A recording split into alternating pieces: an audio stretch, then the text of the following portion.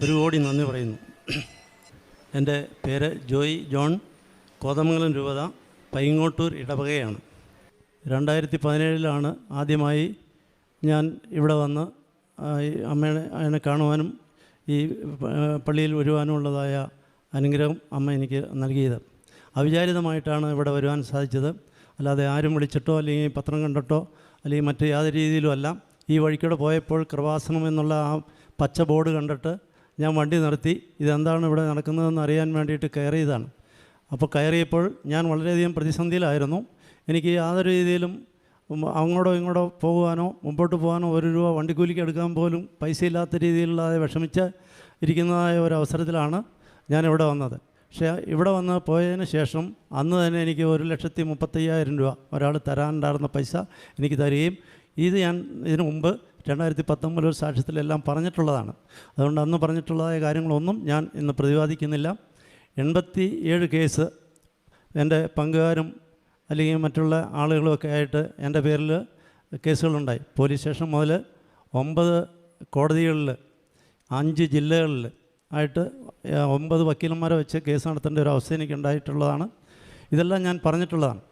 അതെല്ലാം അമ്മ മാതാവിൻ്റെ അവിടെ വന്ന് പ്രാർത്ഥിച്ചതിൻ്റെ ഫലമായിട്ട് ഇതെല്ലാം കൃത്യമായിട്ട് തന്നെ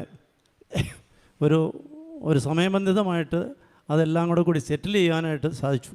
അങ്ങനെ സെറ്റിൽ ചെയ്തതിൻ്റെ ഫലമായിട്ട് പിന്നെ എനിക്ക് സ്ഥലങ്ങൾ വിൽക്കാനും എൻ്റെ ഹോട്ടലുകൾ ഏതാണ്ട് 9ഓളം മുന്നേ ഹോട്ടലുകളുണ്ടായിരുന്നു. അതിൽ 6 ഹോട്ടലുകളും വിറ്റുപോയി.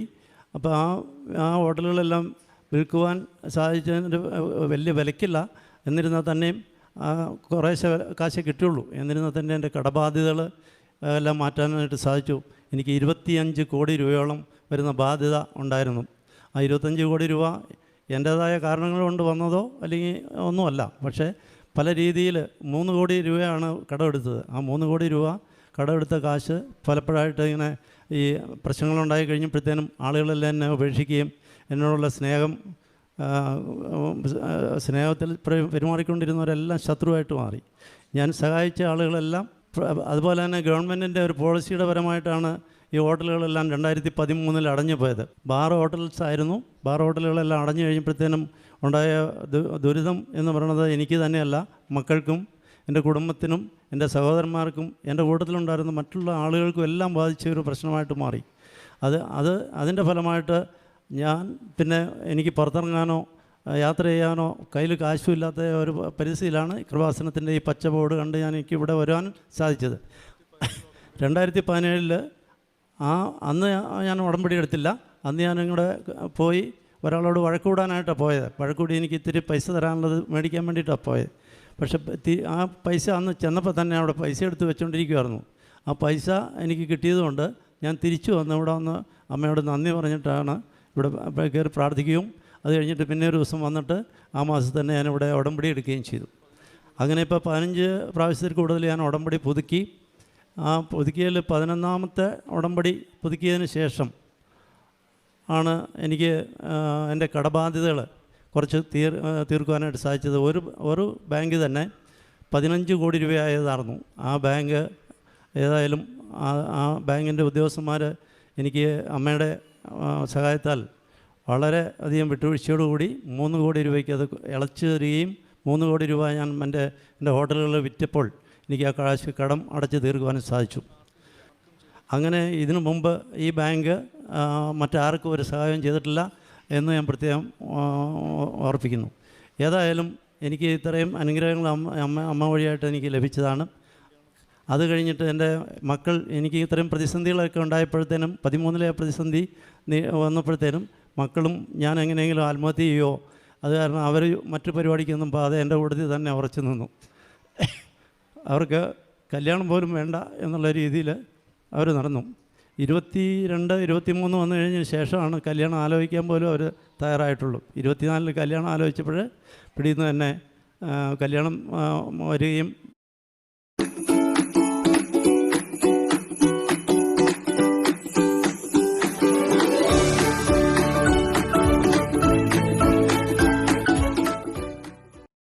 ആദ്യം മോൻ്റെ കല്യാണമാണ് നടന്നത്, ഉറപ്പിച്ചു കഴിഞ്ഞപ്പോൾ ഞാൻ പറഞ്ഞു മോളുടെ കല്യാണം കഴിയാതെ മോൻ്റെ കല്യാണം നടത്താൻ പറ്റില്ല, ഇത്തിരി സമയം വേണം എന്ന് പറഞ്ഞപ്പോൾ അത് അവർ അംഗീകരിക്കുകയും പിടിയിൽ നിന്ന് തന്നെ ഇവിടെ വന്ന് അച്ഛനെ കാണുകയും അച്ഛനെ കണ്ടു കഴിഞ്ഞപ്പോഴത്തേനും അച്ഛൻ പറഞ്ഞു രണ്ടുപേരുടെയും കല്യാണം ഒന്നിച്ച് തന്നെ നടക്കും, ഒന്നും വിഷമിക്കണ്ട, മോളുടെ കല്യാണം എത്രയും വേഗം നടന്നോളൂ എന്ന് പറഞ്ഞ് വിട്ടു.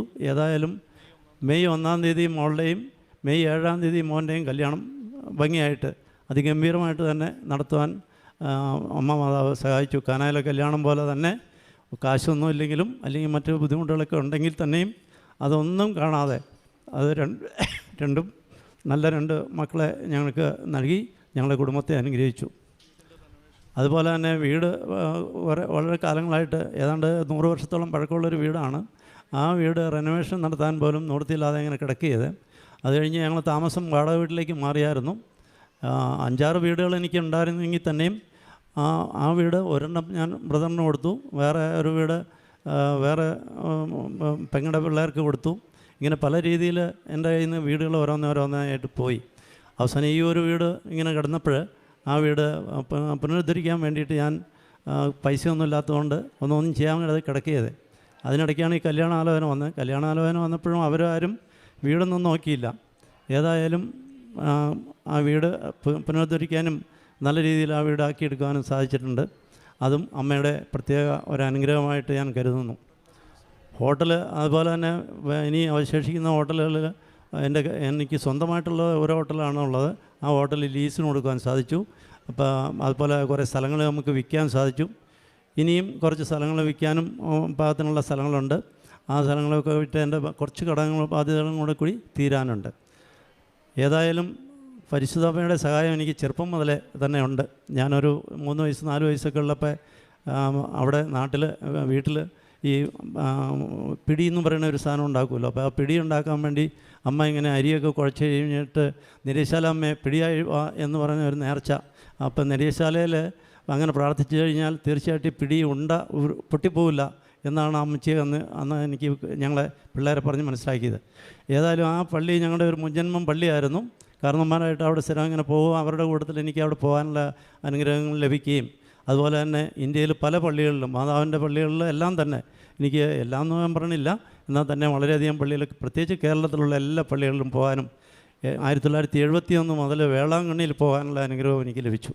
കാരുണ്യ പ്രവർത്തികളായിട്ട് ഞാൻ പത്രം വാങ്ങിച്ച് പല മേഖലകളിലും ഉള്ള ആളുകൾക്ക് കൊടുക്കുകയും ഞങ്ങൾ ഇടവക പള്ളിയിൽ കൊടുക്കുകയും അവിടെ നിന്നുള്ള ധാരാളം ആളുകളെ ഇവിടെ കൊണ്ടുവരികയും അവർക്ക് പല അവസ്ഥയിലുള്ളവർക്ക് രോഗം മാറുകയും കല്യാണത്തിൻ്റെ കാര്യങ്ങളും അതുപോലെയൊക്കെയുള്ള ഒരുപാട് കാര്യങ്ങൾ സാധിച്ചു കിട്ടിയിട്ടുണ്ട്. ആദ്യമായിട്ട് അവിടെ നിന്ന് ബസ്സിൽ ആളുകളെ കൊണ്ടുവന്ന് ഇവിടെ പ്രാർത്ഥനയ്ക്ക് കൂടാൻ വേണ്ടിയിട്ട് ഈ പ്രത്യക്ഷീകരണ പ്രാർത്ഥനയ്ക്ക് സംബന്ധിക്കാനായിട്ട് ഇവിടെ കൊണ്ടുവരികയും പ്രാർത്ഥിപ്പിക്കുകയും ഒക്കെ ചെയ്യാനുള്ള ഒരവസരം എനിക്ക് ലഭിച്ചു. അതുപോലെ തന്നെ അഖണ്ഡ ജപമാലയുടെ ഒരു ഗ്രൂപ്പ് അവിടെ തുടങ്ങുന്നതിനും അതിന് വീടുകളിൽ എൻ്റെ വീട്ടിലും സഹോദരങ്ങളുടെ വീട്ടിലുമൊക്കെ പോയി ഞാനത് പ്രാർത്ഥിക്കുന്നതിനുള്ള ഒരവസരവും എനിക്ക് ലഭിച്ചു. അതുകൂടാതെ പ്രത്യാശ റോമാക്കാർക്ക് എഴുതിയ ലേഖനത്തിൽ 5-ാമത്തെ അധ്യായത്തിൽ 5-ാമത്തെ വാക്യം, പ്രത്യാശ നമ്മെ നിരാശരാക്കുന്നില്ല. കാരണം പരിശുദ്ധാത്മാവിലൂടെ ദൈവത്തിൻ്റെ സ്നേഹം നമ്മുടെ ഹൃദയങ്ങളിലേക്ക് ചൊരിയപ്പെട്ടിരിക്കുന്നു. ഇതെനിക്ക് 85-ൽ ഒരു ധ്യാനത്തിന് പോയപ്പോൾ അന്ന് എനിക്ക് പരിശുദ്ധാത്മാവ് തന്നെ ബൈബിളിങ്ങനെ കൊത്തി മറിച്ചിട്ട് ആ വാക്യം എനിക്ക് കൃത്യമായിട്ട് വായിക്കുവാനുള്ള ഒരു അനുഗ്രഹം എനിക്ക് അന്ന് ലഭിക്കുകയും ആ അനുഗ്രഹം ഉള്ളതുകൊണ്ട് ആ അനുഗ്രഹത്തിൻ്റെ ഇതാണെന്ന് തോന്നുന്നു എപ്പോഴും എനിക്ക് അമ്മയോട് വളരെയധികം അടുപ്പവും വളരെയധികം സ്നേഹവും ബഹുമാനവും എപ്പോഴും അമ്മ എൻ്റെ സഹായത്തിന് എപ്പോഴും കൂടെ ഉള്ളതുപോലെ എനിക്ക് അനുഭവപ്പെടുകയും ചെയ്യാറുണ്ട്. ഇപ്പോഴും മറ്റ് പ്രയാസങ്ങൾ എന്തുണ്ടെങ്കിലും ഈ പിള്ളേരൊക്കെ തന്നെ ഇങ്ങനെ കടവും പരിപാടിയൊക്കെ വന്നപ്പോഴത്തേനും അവർ ബുദ്ധിമുട്ടായപ്പോൾ ഞാൻ പറഞ്ഞു നമുക്ക് ഈ വചനം വെച്ച് ഞാൻ പ്രാർത്ഥിക്കാറുണ്ട്. എല്ലാ ദിവസവും ഓർക്കുന്ന ഒരു വചനമാണ്. അതുപോലെ മറ്റുള്ള കാരുണ്യപ്രവർത്തികളായിട്ട് ഞാനൊരു ലവ് ഹോം എന്ന് പറഞ്ഞാൽ ഞങ്ങളുടെ അടുത്ത് അവിടെ ഒരു പ്രായമായ ആളുകളുടെ ഈ അനാഥ ആയിട്ട് ആളുകൾക്കുണ്ട്. 170ഓളം തന്നെ ആളുകളുണ്ട്. അവർക്ക് എല്ലാ മാസവും ഒരു ദിവസത്തെ ആഹാരം കൊടുക്കാറുണ്ട്. പിന്നെ ശാലോം ഭവനും ഇവിടെ കോട്ടയത്തുള്ള നവജീവൻ ഇവിടെയൊക്കെ പോവും, അവിടെ പ്രാർത്ഥിക്കുകയും അതുപോലെ തന്നെ അവിടെ ആഹാരം പാകം ചെയ്യാനും അവരുടെ കൂട്ടത്തിൽ വർത്താനം പറയാനും ഒക്കെ ആയിട്ട് ഞാൻ സമയം കണ്ടെത്താറുണ്ട്. പിന്നെ ഉപ്പ് എണ്ണ ഇതെല്ലാം മറ്റുള്ളവർക്ക് വാങ്ങിച്ചുകൊണ്ട് കൊടുക്കുകയും ഞാനത് സ്ഥിരമായിട്ട് ഇപ്പോൾ ഈ കേസൊക്കെ വന്നപ്പോഴത്തേനും കോടതിയിലെല്ലാം ഞാൻ പോയിട്ട് ഈ ഉപ്പിട്ട് പ്രാർത്ഥിക്കാറുണ്ട്. അതുപോലെ ഈ ബാങ്കിൽ ചെന്നപ്പോഴും സെറ്റിൽമെൻറ്റ് ചെന്നപ്പോഴും ഒപ്പിട്ട് പ്രാർത്ഥിച്ചതിൻ്റെ ഫലമായിട്ടാണ് ബാങ്കുകാർക്ക് ഏതായാലും എനിക്ക് അങ്ങനെ ഒരു വലിയ ഇളവ് ഒരു ബാങ്കും ചെയ്യാത്ത രീതിയിലുള്ള ഒരളവ് എനിക്ക് അനുവദിച്ച് കിട്ടുകയും ചെയ്തിട്ടുള്ളതാണ്. വീട് പണിത് അനേകം ആളുകൾക്ക് ചെറിയ വീടുകളൊക്കെ ഒരു 1.5 ലക്ഷം രൂപ വരെയൊക്കെ മുടക്കിയുള്ള വീടുകൾ വരെ ഞാൻ പണിത് കൊടുത്തിട്ടുണ്ട്. അതുകൂടാതെ ചികിത്സാ സഹായങ്ങളും പിന്നെ വിദ്യാഭ്യാസത്തിന് വേണ്ടിയിട്ട് അനേകം പിള്ളേരെ ഒരു കൊച്ച് രക്ഷപ്പെടുകയാണെങ്കിൽ ആ വീട് രക്ഷപ്പെടും എന്നുള്ളൊരു പ്രതീക്ഷയിൽ അവർക്ക് നേഴ്സിംഗായിട്ടും എൻജിനീയറിംഗ് ആയിട്ടും അതുപോലെ തന്നെ മറ്റുള്ള പല രീതിയിലുള്ള വിദ്യാഭ്യാസ മേഖലയിൽ അവർ സഹായം ചെയ്തു കൊടുത്തിട്ടുണ്ട്. അതുപോലെ കുറേ അച്ഛന്മാർ ഏതാണ്ട് 4-5 അച്ഛന്മാർക്ക് പഠിക്കുവാനുള്ള സഹായം ഈ സെമിനാരികളിലൊക്കെ പഠിക്കുമ്പോൾ അവർക്ക് കാശുണ്ടാവില്ല, അപ്പോൾ കാശ് കൊടുത്ത് സഹായിച്ചിട്ടുണ്ട്. ഞാൻ 2017 ഡിസംബർ 26 പപ്പ ഇവിടെ ആദ്യമായിട്ട് വന്നതിന് ശേഷം ഉടനെ തന്നെ ഞങ്ങൾ അന്നേരം ഈ പറഞ്ഞ പ്രതിസന്ധിയിൽ ഉണ്ടായിരുന്ന സമയത്ത് നാട്ടിൽ നിന്ന് മാറി എറണാകുളത്ത് വാടകയ്ക്ക് നിൽക്കുമായിരുന്നു. കാരണം നമുക്ക് നിലനിൽപ്പ് വലിയ വിഷയമായിരുന്നതുകൊണ്ട്. അപ്പോൾ ആ സമയത്ത് മുതൽ പപ്പയുടെ കൂട്ടത്തിൽ ഇവിടെ കൃപാസനത്തിൽ വരുന്നുണ്ടായിരുന്നു. അപ്പോൾ ഈ കോവിഡിന് തൊട്ട് മുന്നേ 6 മാസം ആയിട്ട് ഞാൻ പ്രേക്ഷിതയായിട്ടും ഈ പ്രശ്നങ്ങളൊക്കെ കാരണം എനിക്ക് എവിടെ പോയി ഒന്നും ചെയ്യാൻ ഉള്ളൊരു മാനസികാവസ്ഥ ഉണ്ടായിരുന്നില്ല. അപ്പം ഞാൻ അച്ഛൻ്റെ അടുത്ത് വന്ന് റിക്വസ്റ്റ് ചെയ്തു, ഞാൻ ഇവിടെ നിന്ന് എനിക്ക് വേറെ ഉറങ്ങാനൊന്നും പറ്റുന്നില്ല, അപ്പം ഞാനിവിടെ വന്ന് ഉള്ള സമയം എനിക്ക് വേറെ ഒന്നും ചെയ്യാൻ താല്പര്യമില്ല, അപ്പോൾ ഞാനിവിടെ വന്ന് മാതാവിൻ്റെ അടുത്ത് ഇരുന്നോട്ടെ എന്ന്. അന്ന് ആരും എടുക്കാറില്ല ഇവിടെ. അപ്പോൾ ആ സമയത്ത് ആകെ ജോമോൾ ചേച്ചിനെ മാത്രമല്ലാതെ പുറത്തുനിന്ന് വേറെ ഒരാളെ എടുക്കുന്നില്ല പ്രേക്ഷിതയായിട്ട്, വേറെ ഈ നാട്ടിൽ നിന്നല്ലാതെ. അപ്പം അച്ഛൻ പ്രാർത്ഥിച്ച് അങ്ങനെ ആ സമയത്ത് മെസ്സേജ് കിട്ടിയതനുസരിച്ച് എനിക്ക് 6 മാസം നിൽക്കാനുള്ളൊരു ഭാഗ്യം ഉണ്ടായി. അപ്പോൾ ആ സമയത്തിരുന്ന് ഞാൻ മാതാവിനോട് കുറേ കാര്യങ്ങൾ പറഞ്ഞിട്ടുണ്ടായിരുന്നു. അപ്പം അത് പല സമയത്തായിട്ട് നടന്നു കിട്ടിയതിൻ്റെ സാക്ഷിയാണ് ഇപ്പം പപ്പ പറഞ്ഞുകൊണ്ടിരിക്കുന്നത്. കാരണം അതിൻ്റെ അകത്തുണ്ടായിരുന്ന കല്യാണത്തിൻ്റെ ആയിക്കോട്ടെ, വീട്ടിലെ വിഷയങ്ങൾ ക്രമീകരിച്ച് കിട്ടിയതായിക്കോട്ടെ, ഇതെല്ലാം ഞങ്ങളുടെ കുറേ നാളത്തെ വിഷയങ്ങളായിരുന്നെങ്കിലും അത് നടന്നു വന്നപ്പം സമയബന്ധിതമായിട്ട് നമുക്ക് നടന്നു കിട്ടി. അതിൽ ഞാൻ ചോദിക്കാത്ത പോലും റിക്വയർമെൻ്റ് ആയിരുന്നു. ഇപ്പോൾ കല്യാണത്തിൻ്റെ കാര്യത്തിൽ ആ സമയത്ത് ഒത്തിരി ആലോചനകൾ വന്നെങ്കിലും അച്ഛൻ്റെ അടുത്ത് വന്ന് ഓരോ പ്രാവശ്യം മെസ്സേജ് എടുക്കുമ്പോൾ ഞാൻ തന്നെ ആ ആലോചന എങ്ങനെയെങ്കിലും ഈശോ നോ പറയണേ എന്ന് പറയുമായിരുന്നു. അപ്പോൾ അച്ഛനോ ഓൾറെഡി എനിക്ക് വേണ്ടി മെസ്സേജ് എടുക്കുമ്പോൾ പറയണ, ഈ പ്രാവശ്യം ഇത് ഞാൻ മെസ്സേജ് എടുക്കും, പക്ഷേ എന്ത് ഈശോ പറഞ്ഞു കഴിഞ്ഞാൽ നീ ഓക്കെ പറയണം, നോ പറയാൻ പറ്റില്ല, ഇങ്ങനെ പറഞ്ഞിട്ടായിരുന്നു ചെയ്യുന്നത്. അപ്പോൾ അവസാനം എനിക്കാണെങ്കിൽ ഓരോ മെസ്സേജും വരുമ്പം കുഴപ്പമില്ല, അവർ ഓക്കെ പറഞ്ഞു കഴിഞ്ഞാൽ ഓക്കെ, അങ്ങനെയൊക്കെ പറഞ്ഞ്, പക്ഷേ അത് നടന്നില്ല അവസാനം. അപ്പം അങ്ങനെ നിൽക്കുമായിരുന്നു. അപ്പോൾ ഈ 2024 ജനുവരി 2024 വന്നിട്ട് പപ്പ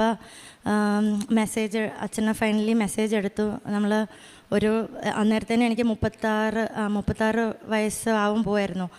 അപ്പം അച്ഛനാണെന്നുണ്ടെങ്കിൽ മെസ്സേജ് എടുത്തപ്പോൾ പറഞ്ഞു, ഞാനാണ് മൂത്തത്. അപ്പം അച്ഛൻ പറഞ്ഞത് മക്കൾക്ക് 2 പേർക്കും ഒരുമിച്ചായിരിക്കും വിവാഹം നടക്കുന്നതെന്ന്. അപ്പോൾ ഞങ്ങൾക്ക് ആ സമയത്ത് വീടിൻ്റെ റെനോവേഷൻ നടന്നിട്ടില്ല, സാമ്പത്തികം ഇത് ആയിട്ടില്ല. അപ്പോൾ നമ്മൾ ഓരോ ആലോചന വരുമ്പം എന്താ പറയുക, നമുക്ക് ഇഷ്ടപ്പെടുന്ന രീതിയിലുള്ള ഒന്നും വരത്തില്ല, അല്ലെങ്കിൽ പോസിബിലിറ്റി നമുക്ക് കാണാനില്ല, അപ്പോൾ പ്രതീക്ഷയ്ക്ക് വകയില്ല. അപ്പോൾ അങ്ങനെ കുറേ കാര്യങ്ങൾ നടക്കുന്നുണ്ടെങ്കിലും റെലവൻ്റ് ആയിട്ടുള്ള കുറേ കാര്യങ്ങൾ നടക്കുന്നുണ്ടായിരുന്നില്ല. അപ്പോൾ അങ്ങനെ നിൽക്കുമ്പം ഈ ജനുവരി 2024 അച്ഛൻ ഇങ്ങനത്തെ മെസ്സേജ് പറഞ്ഞു, ഞാനും പപ്പയും പോയി. അപ്പം അച്ഛൻ പറഞ്ഞായിരുന്നു 6 മാസത്തിനുള്ളിൽ ഇവരുടെ കാര്യത്തിൽ ഒരു തീരുമാനം ഉണ്ടാവും എന്ന്. അപ്പം കാര്യങ്ങൾ നടക്കും എന്ന് തന്നെ പറഞ്ഞു. അപ്പോൾ ഏപ്രിൽ ലാസ്റ്റൊക്കെ ആയപ്പോഴത്തേനും അനിയന് ആലോചന വന്നു, അത് ഉറച്ചു.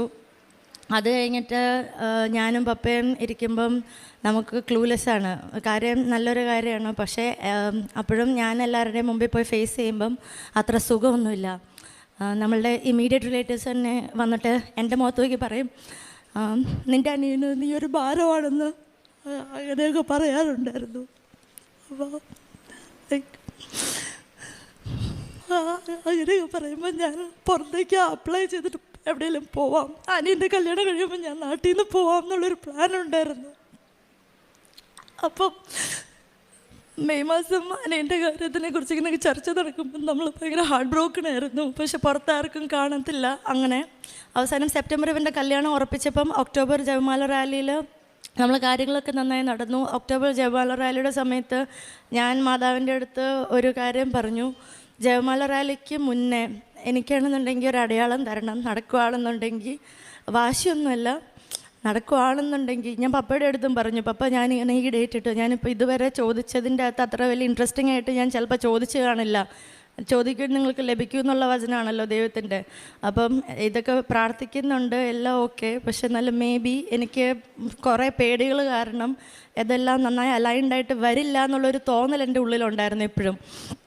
അപ്പം അങ്ങനെ വന്നപ്പം ഞാൻ മാതാവിൻ്റെ അടുത്ത് നിന്നിട്ട് ചെറിയ കുട്ടികൾ സംസാരിക്കുന്ന പോലെ ഈ പ്രശ്നങ്ങളുടെ ഇടയ്ക്ക് ഞാൻ അമ്മേനെ സ്വന്തം അമ്മയായിട്ട് ഓൾറെഡി അമ്മയുടെ അടുത്ത് പറഞ്ഞായിരുന്നു, ലൈക്ക് ഞങ്ങളെ നോക്കിക്കൊള്ളാം, ഞങ്ങൾ ആരും ഒരു നോർമലി എക്സിസ്റ്റ് ചെയ്യുന്ന ഒരു സിറ്റുവേഷനിലല്ല. അപ്പോൾ അതുകൊണ്ട് നോക്കി ഈശോയായിട്ട് വന്ന് ഞങ്ങളുടെ കാര്യങ്ങൾ സ്വന്തം അമ്മേനെ പോലെ സ്വന്തം കുടുംബം പോലെ ഞങ്ങൾ നോക്കിക്കൊള്ളാം, ഞങ്ങൾക്ക് അല്ലെങ്കിൽ സർവൈവ് ചെയ്യാൻ പറ്റത്തില്ല. അപ്പോൾ അങ്ങനെ ഈ ഒക്ടോബർ 26 ജപമാല റാലിയിൽ ഞാൻ ഒരാഴ്ചയ്ക്ക് മുന്നേ, ഒരാഴ്ചയല്ല 2 ആഴ്ചയ്ക്ക് മുന്നേ അങ്ങാണ്ട് ഇങ്ങനെ മാതാവിനോട് പറഞ്ഞു, എനിക്ക് അടയാളം തരണം, ലൈക്ക് അപ്പം എനിക്ക് ഹാപ്പി ആയിട്ട് ടെസ്റ്റിമണി ആയിട്ട് എനിക്ക് നടക്കാൻ പറ്റും. ഇത്രയും വർഷങ്ങൾ ഞങ്ങൾ നടക്കുന്നുണ്ട്, എന്താണെങ്കിലും ഞാൻ നടക്കും, നടക്കാതെ ഒന്നും ഇരിക്കത്തില്ല. പക്ഷേ ഇതിങ്ങനെ ഇതിനു മുന്നേ ഒരു അടയാളം തന്നാൽ എനിക്കത് ഹാപ്പി ആയിട്ട് താങ്ക്സ് ഗിവിങ് ആയിട്ട് എനിക്ക് നടക്കാൻ പറ്റും. അപ്പോൾ അങ്ങനെ ചെയ്യാൻ പറ്റുമെങ്കിൽ ഒന്ന് ചെയ്ത് എൻ്റെ ഒരു വിശ്വാസം വർദ്ധിക്കാൻ വേണ്ടിയിട്ടെന്ന് പറഞ്ഞു. അപ്പോൾ ഒക്ടോബർ 21 പെണ്ണ് കാണാൻ വന്നു. അത് കഴിഞ്ഞിട്ട് ഇങ്ങനെ കാര്യങ്ങൾ നടന്നു ആക്ച്വലി. അപ്പോൾ അത് കൺഫേമായി. മെയ് 1 അങ്ങനെ എൻ്റെ കല്യാണവും മെയ് 7 എൻ്റെ കല്യാണവും നടന്നു. എൻ്റെ പേര് ജോണി. ഞങ്ങൾ 2 പേരുണ്ട്. ഞാൻ ഏറ്റവും ഇളയ മകനാണ്. എൻ്റെ ചേച്ചിയാണ് ഇപ്പോൾ സംസാരിച്ചത്. എനിക്ക് പറയാനുള്ളത്, എൻ്റെ അച്ഛൻ ചെറുപ്പം മുതലേ എനിക്ക് തന്ന വിദ്യാഭ്യാസത്തിനേക്കാളും പണത്തിനേക്കാളും ഒക്കെ മാതാവിനെ എപ്പോഴും ആശ്രയിക്കാനുള്ള ഒരു ഇത് ചെറുപ്പം മുതലേ ഇച്ചാച്ചനാണെങ്കിലും പപ്പയാണെങ്കിലും ശ്രദ്ധിച്ചിരുന്നു. അപ്പോൾ ഞാൻ 2013 കാനഡയിൽ വിദ്യാഭ്യാസം കഴിഞ്ഞ് പപ്പയ്ക്ക് ഈ ഒരു പ്രശ്നം വന്നപ്പോൾ തിരിച്ചു വരുന്നത്. അപ്പോൾ അന്നേരം പപ്പ എൻ്റെ അടുത്ത് പറഞ്ഞത്, അന്നേരം എനിക്ക് ഒരുപാട് ടെൻഷനൊക്കെ ഉണ്ടായിരുന്നു, എങ്ങനെ ജീവിക്കും, കാരണം സ്വത്തുക്കളുണ്ട്, അനേക കോടികളുടെ സ്വത്തുക്കളുണ്ട്, പക്ഷേ അതൊന്നും ചെയ്യാൻ പറ്റത്തില്ല, കേസോട് കേസ് ഇങ്ങനെ നിൽക്കുന്നു, അപ്പോൾ എങ്ങനെ ജീവിക്കും എന്നൊന്നും അറിയില്ല. പപ്പ എൻ്റെ അടുത്ത് പറഞ്ഞ ഒരു കാര്യമുള്ളൂ, മാതാവ് നോക്കിക്കോളും, മാതാവിനോട് പ്രാർത്ഥിക്കുക. എന്ത് ടെൻഷൻ വന്നാലും, ഇപ്പോൾ കടക്കാർ വന്നാലും ബാങ്കുകാർ വന്നാലും ജപ്തി ചെയ്യാൻ വേണ്ടി വന്നാലും എല്ലാം മാതാവിനോട് നോക്കിക്കോളും, പ്രാർത്ഥിക്കുക, മാതാവ് ഇടപെടും, വിശ്വസിക്കുക. ആര് എന്ത് പറഞ്ഞാലും ആരോടും പപ്പ കംപ്ലൈൻറ്റ് പറയണം ഞാൻ കേട്ടിട്ടില്ല. ഒരു മനുഷ്യനെ പോലും പപ്പ വെറുപ്പിച്ചിട്ടില്ല. പപ്പയുടെ അടുത്ത് വളരെ മോശമായിട്ട് പോലും ആളുകൾ സംസാരിച്ചിട്ടുണ്ട്. സംസാരിക്കാൻ പാടില്ലാത്ത ആളുകൾ വരെ സംസാരിച്ചിട്ടുണ്ട്. എങ്കിലും അതെല്ലാം പപ്പ ക്ഷമയോടുകൂടി കേൾക്കുകയും അവർക്ക് വേണ്ടി വരെ പ്രാർത്ഥിക്കുകയും ചെയ്തിട്ടുള്ള ഒരാളാണ്. അപ്പോൾ മാതാവിനോട് സമർപ്പിച്ച് പ്രാർത്ഥിക്കുക എന്ന് പറഞ്ഞു. അപ്പോൾ മാതാവിനെ കൂട്ടുപിടിച്ച് തന്നെയാണ് ഇത്രയും നാളും നിന്നത്. കാര്യങ്ങളെല്ലാം അച്ഛനും ചേച്ചിയും പറഞ്ഞിട്ടുണ്ട്. എൻ്റെയും ചേച്ചിയുടെയും കാര്യങ്ങൾ നല്ല രീതിയിൽ നടക്കാൻ പറ്റി. അതുപോലെ ഞങ്ങൾക്കൊരു ഭവനം ലഭിച്ചു. വിദ്യാഭ്യാസം നല്ല രീതിയിൽ നടന്നു. പിന്നെ കല്യാണമാണെങ്കിലും എനിക്ക് നല്ലൊരു ജീവിത പങ്കാളിയെയും ചേച്ചിക്ക് നല്ലൊരു ജീവിത പങ്കാളിയെയും കിട്ടി. ഇതെല്ലാം ചെയ്തെന്ന മാതാവിന് 1 കോടി നന്ദി. അമ്മയ്ക്കും ഈശോയ്ക്കും ഞങ്ങൾ 1 കോടി നന്ദി പറഞ്ഞോളൂ.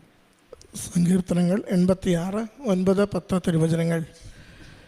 കർത്താവെ, അങ്ങ് സൃഷ്ടിച്ച ജനതകൾ വന്ന് അങ്ങയെ കുമ്പിട്ട് ആരാധിക്കും.